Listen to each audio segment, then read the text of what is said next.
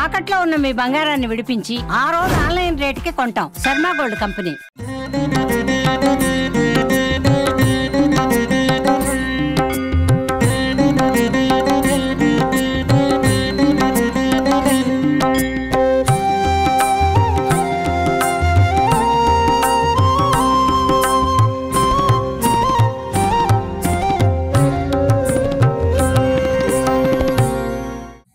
రంగారెడ్డి జిల్లా శంకరపల్లి చందిప గ్రామంలో ఉన్నటువంటి 11వ శతాబ్దానికి చెందినటువంటి మరకత లింగేశ్వరుడి ఆలయం దగ్గర మనం ఉన్నామండి.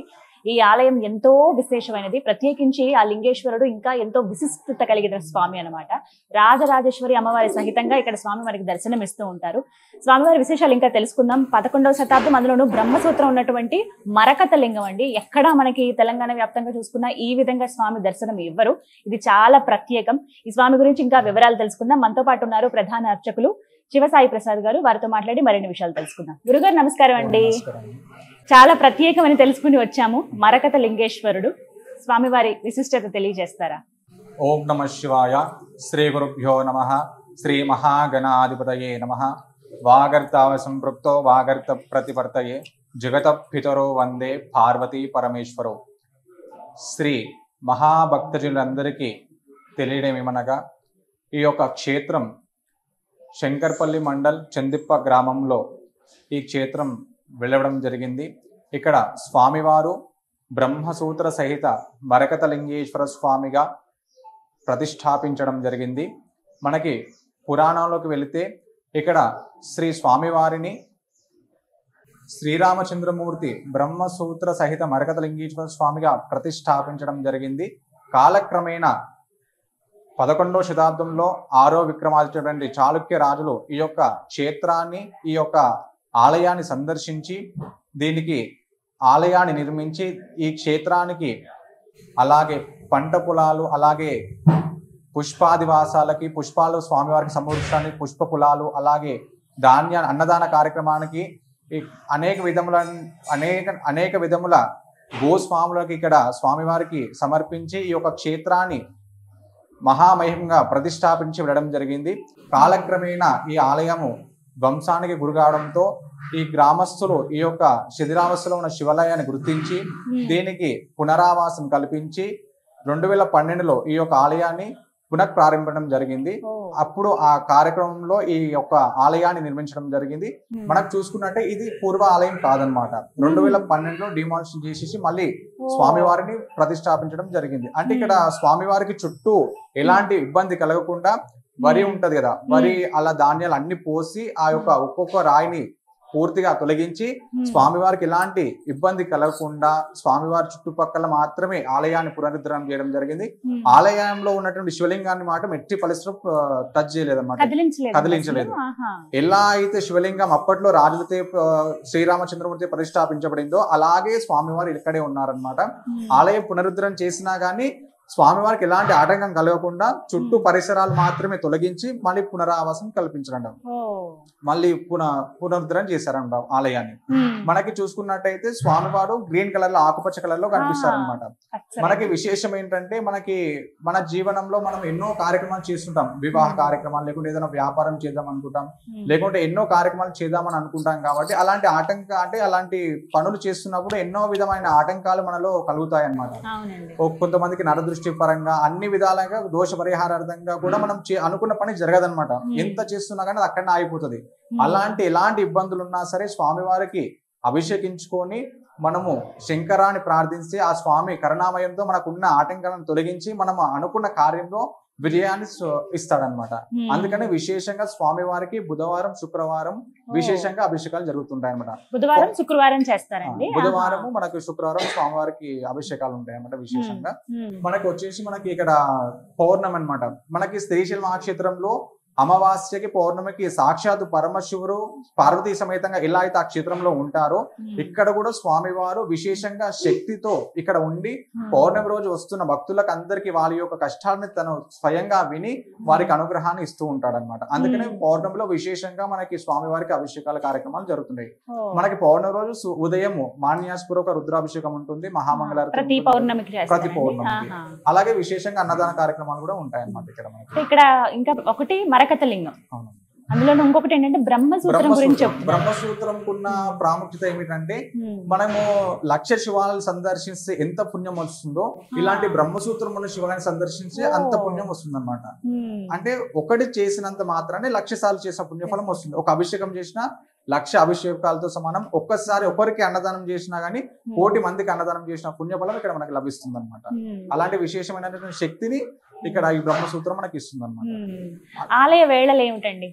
స్వామివారికి ఉదయం 5 గంటలకి ఆలయ ద్వారాలు తెరవడం జరుగుతుంది. అలాగే సుప్రభాత సేవ, స్వామివారికి రుద్రాభిషేకం, తదనంతరం 6:30కి స్వామివారి భక్తుల సౌకర్యార్థం పంచామృత అభిషేకాలకి అలో చేయడం జరుగుతుంది, ప్రవేశించడం జరుగుతుంది. మనకి విశేషంగా ఎక్కడ మన తెలంగాణ రాష్ట్రంలో ఎక్కడ లేని స్పెషాలిటీ ఏమిటంటే ఇక్కడ స్వయంగా భక్తులు స్వామివారికి అభిషేకం చేయొచ్చు అనమాట. అది ఇంకా భాగ్యం అసలు. మనకి ఇక్కడ ఉదయం 6:30 నుంచి మధ్యాహ్నం 1-12:30 వరకు అంటే నైవేద్యం వరకు స్వామివారికి కంటిన్యూగా అభిషేకాలు ఉంటాయి. కంటిన్యూగా భక్తులు వచ్చి స్వామివారికి స్వయంగా అభిషేకం చేసుకోవచ్చు అనమాట. మనకి కార్తీక పౌర్ణమి అలాగే మహాశివరాత్రి రోజు స్వామివారికి ఓన్లీ జిలాభిషేకం మాత్రమే ఉంటుంది. ఆ రోజు పంచామృత అభిషేకాలు ఉంటాయి. ఉదయం శివరాత్రి రోజు స్వామివారికి పంచామృత అభిషేకం, రుద్రాభిషేకం అన్ని నడుస్తాయి అన్నమాట. 6:30 నుంచి భక్తుల సౌకర్యార్థం జలాభిషేకం మాత్రమే ఉంటుంది.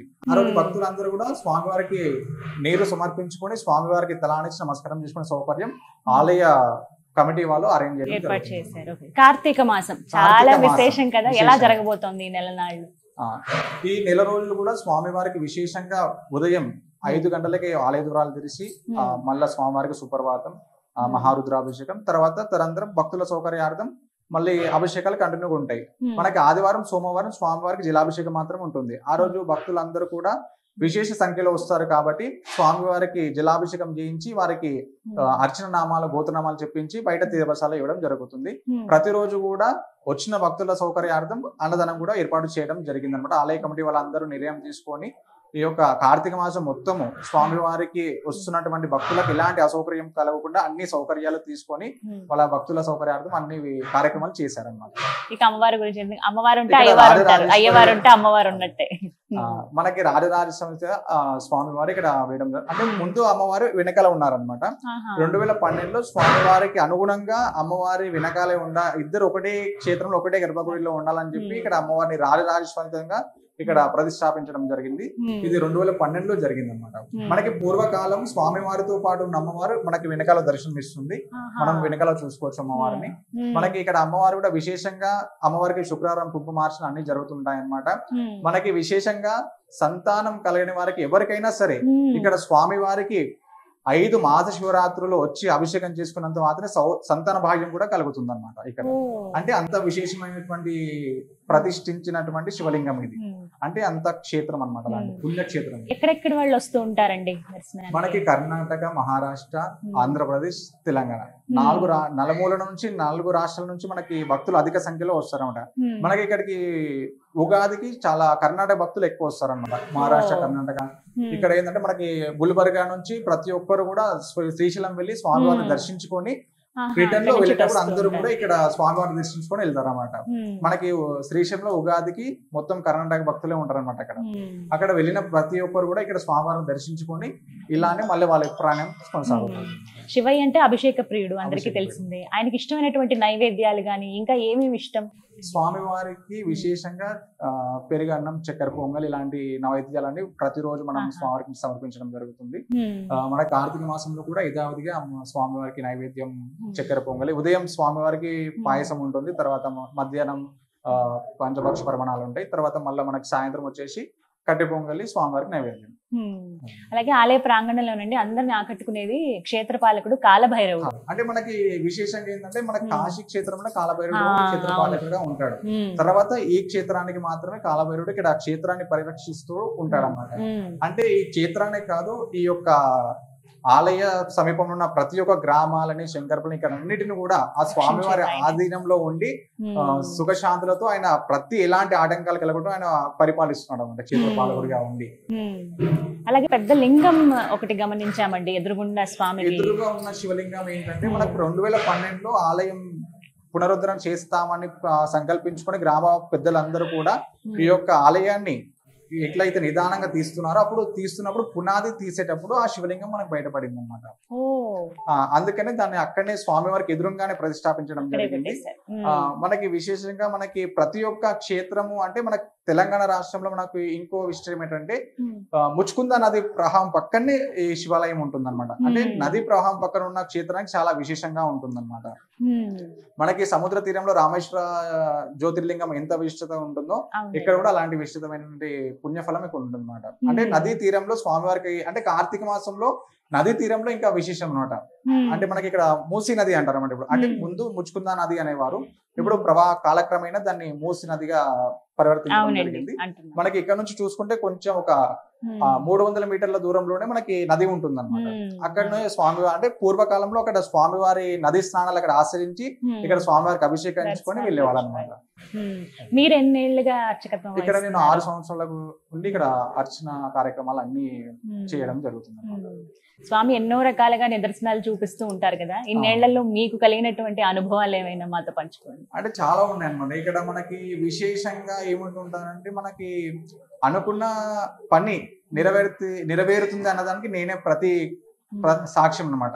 నేను ఎన్నో కార్యక్రమాలు ఎన్నో కష్టాల పరంగా ఈ వృత్తిలో ఉంటున్నా గానీ కుటుంబ సమస్యలు గానీ ఇలాంటి ఎన్నో అవదొడుకులు వదులుకొని ఇక్కడికి వచ్చాను అనమాట. అంటే నా జీవితంలో చాలా కష్టాలు ఉన్నాయి. అలాంటి కష్టాలలో కూడా స్వామివారు విశేషంగా నన్ను ప్రతి నిమిషం నన్ను రక్షించుకుంటూ నా యొక్క భక్తుడు నాకు నిరంతరం నా యొక్క సేవలో ఉన్నాడు కాబట్టి నా యొక్క అభిషేక అర్చన వచ్చిన భక్తులందరినీ సౌకర్యార్థం ఎలాంటి ఇబ్బంది లేకుండా అందరికి నా దర్శనం కలిగిస్తున్నాడు కాబట్టి నాకు ఎన్ని కష్టాలు వచ్చినా గానీ ముందుండి ఆయన నన్ను కాపాడుతూ ఉన్నాడు అన్నమాట. ఇప్పుడు వాళ్ళే కదా తల్లిదండ్రులు మనకి, అసలైన మనకి జగత్కి వాళ్ళు తల్లిదండ్రులు. అలాంటి వాళ్ళు బిడ్డల్లా మనల్ని రక్షిస్తూనే ఉంటారు ఎప్పుడు. ఇప్పుడు నాకు ఉన్న సమస్యలలో కూడా చాలా సమస్యలు ఉన్నప్పుడు కూడా ఏమి చేయాలని అర్థం కాకుండా శివ అనుకుంటే ఆయనే ప్రత్యక్షమై ఆయన్ని ఏదో విధంగా ఆయన కార్యక్రమాన్ని ఆయన చేయించాడు అనమాట. అలాంటి విశేషంగా కూడా నేను చాలా అనుభూతి పొందిన క్షణాలు చాలా ఉన్నాయి. అందుకనే వచ్చిన భక్తులకు అందరికి చెప్తాను, వీళ్ళకి ఎలాంటి కష్టం ఉన్నా మీరు ఎలాంటి ఇబ్బందుల్లో ఉన్నా క్షేత్రానికి రండి, దర్శించుకోండి, మీరు తర్వాత ఫలితాన్ని చూడండి అని చెప్పాను. చాలా మంది విశేషంగా మనకి ఇప్పుడు సిటీ నుంచి ఎంతో మంది భక్తులు వాళ్ళు ఎన్నో కష్టాలతో వచ్చి వాళ్ళు వాళ్ళ కష్టాలని తీరిన తర్వాత కూడా వస్తూ వాళ్ళ అలవాటు అయిపోయారు అనమాట. అంటే అంత పవర్ఫుల్ శివలింగం ఇది అనమాట. నిజమే, అద్భుతం ఇది. చాలా మంది అలాగే స్వామిని వైద్యనాథుడు అని కూడా అంటూ ఉంటారు కదండి. అంటే మనకి విశేషంగా చాలా మన జీవితంలో మనకి ఎన్నో అంటే ఆరోగ్య సమస్యలు ఆరోగ్యపరంగా అలాంటి విశేషంగా మనకి ఏదన్నా అపమృత్యు దోషము ఏదైనా ఉన్నా గానీ అపమృత్యు ఆపదలో ఎవరున్నా గానీ స్వామివారికి రుద్రాభిషేకం చేసుకొని మనసారా స్వామివారిని దర్శించుకుంటే ఆ యొక్క అపమృత్యు మోక్షం తొలగిపోతుంది అనమాట మంచిగా. ఇలాంటి బాధలనే తొలగిస్తారు ఆయన ఆరోగ్యపరంగా ఏ విధంగానైనా అన్ని ఇచ్చేవారు. ఇప్పుడు ఆరోగ్యపరంగా ఎలాంటి సమస్యలు ఉన్నా గానీ స్వామివారికి 5 సోమవారం లేకుండా 5 మహాశివరాత్రులు మీరు ఖచ్చితంగా స్వామివారికి అభిషేకం చేసుకున్నారంటే మీ శరీరంలో ఉన్న సకల దోషాలు సకల ఆరోగ్య సమస్యలు తొలగిపోతాయి అనమాట. అందులో ఎలాంటి సందేహం లేదు. ఇక్కడ విశేషంగా ఎంతో మంది ఆరోగ్య సమస్య పరంగా వచ్చి స్వామివారి వల్ల అభిషేకించుకొని దాని ద్వారా ఫలితం పొందిన వాళ్ళు చాలా లక్షల్లో ఉన్నారనమాట. ఇక్కడికి విశేషంగా అంటే షాబాద్ గ్రామ ప్రజల అంటే నాది సొంత ఊరు షాబాద్ అనమాట. అక్కడ ఎంతో మందికి ఎన్నో సమస్యలు ఉన్నా గానీ కొంతమంది వరకు చెప్పిన వారికి అందరూ కూడా అభిషేకం చేసుకోవడం వల్ల వాళ్ళకి తొలగిపోవడం, వాళ్ళు నాకు మళ్ళీ ధన్యాలు ఇక్కడికి వచ్చి మళ్ళీ అభిషేకం పునరావాసం అన్ని చేసుకోవడం జరుగుతుంది అనమాట. విశేషంగా చాలా మందికి నేను చెప్పిన భక్తులందరికీ కూడా అన్ని విధాలుగా కూడా ఇక్కడ వచ్చిన తర్వాత వాళ్ళు పూజా కార్యక్రమాలు తీసుకున్న తర్వాత వాళ్ళకి ఏమైతే కోరిక కోరుకున్నారో అది 100కి 100% నెరవేరింది అనమాట. చక్కగా వివరించారండి. ఎవరైతే భక్తులు ఇప్పుడు ఇంకా చూడలేదో స్వామిని చూద్దాం అనుకుంటున్నారో వాళ్ళకి ఏం చెప్తారు? అందరూ కూడా ఈ యొక్క క్షేత్రానికి సందర్శించి మీ యొక్క కష్ట సుఖాలను స్వామివారికి తెలియజెప్పుకోండి. ఖచ్చితంగా మీరు అనుకున్న కార్యాలు ఆగిపోతున్నా కానీ మీరు అనుకున్న పని జరగకున్నా కానీ మీ ఇంట్లో ఎలాంటి అపమృత్యు దోషాల పరిహారాలు ఉన్నా కానీ మీకు ఆరోగ్య సమస్యలు ఎన్ని ఉన్నా కానీ స్వామివారికి అభిషేకించుకున్న తర్వాత ఖచ్చితంగా 100కి 100% అవి నెరవేరుతాయన్నమాట. అందుకనే ప్రతి ఒక్కరు కూడా ఈ కార్తీక మాసంలో విశేషంగా స్వామివారిని దర్శించుకొని ఆ యొక్క స్వామి కృపకి పాత్రలు కాగానే కోరుతున్నాము. చక్కగా వివరించారు గురుగారు. ఓం నమః శివాయ. విన్నారు కదా, మరకత లింగేశ్వరుడు అండి, చందిప్ప గ్రామంలో శంకరపల్లి. చాలా మందికి తెలిసే ఉంటుంది. ఇంకొంతమంది అరుదుగా ఎంతో విశేషమైన శివలింగాలని ఈ కార్తీక మాసంలో దర్శించుకుందాం అనుకునే వాళ్ళకి ఒక గొప్ప అవకాశం. రండి, చక్కగా ఉదయం 6 గంటల నుంచి సాయంత్రం 6 గంటల వరకు నిర్విరామంగా అభిషేకాలు జరుగుతూనే ఉంటాయి. ఒక్కసారి వచ్చి స్వామితో మీ బాధలు చెప్పుకోవచ్చు, కాసేపు స్వామిని మనసారా చూడొచ్చు, అభిషేకం చేయొచ్చు, ఆయన్ని తాకొచ్చు, మన తలని స్వామివారికి ఆనించుకుని మరి మన మనసులో ఉన్న బాధలు చెప్పుకుంటే ఆయన ఇట్టే తీసేస్తాడు. అంత గొప్ప విశిష్టత కలిగినటువంటి ఆ శివయ్య అని చెప్తున్నారు. మీకు అడ్రస్ కూడా చెప్తున్నాను మరొకసారి. హైదరాబాద్ నుంచి ఒక 40 కిలోమీటర్ల దూరం అండి. శంకరపల్లి దగ్గర మనకి చందిప్ప అనే గ్రామం.